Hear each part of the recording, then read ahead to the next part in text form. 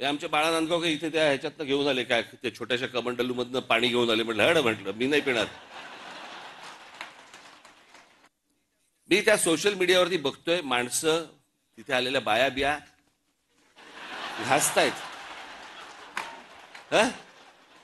आणि बाळा नांदगावकर साहेब गंगेचं पाणी कोण पिईल ते पाणी? चला आत्ताच करोना गेलाय, कोणाला त्याच्याशी काही देणं घेणं नाही. 2 वर्ष झाले तोंडाला फडकी बांधून फिरले आणि तिकडे जाऊन जाऊन आंघोळ करतायत. कोण जाऊन त्याच्यामध्ये मला सांगा पडेल त्याच्यात, त्यात गंगेत?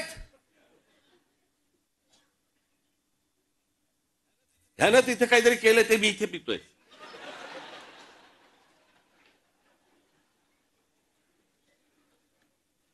श्रद्धेला पण काय अर्थ आहे की नाही? एक नदी या देशामधली स्वच्छ नाहीये. मग मध्ये राज कपूरांनी चित्रपट पण काढला, लोकांना वाटली झाली गंगा साफ, त्याच्यात वेगळीच गंगा. लोक म्हणाले अशी जर गंगा साफ असेल तर आम्ही पण आंघोळ करायला तयार आहोत. अजून पण गंगा काय साफ व्हायला तयार नाही.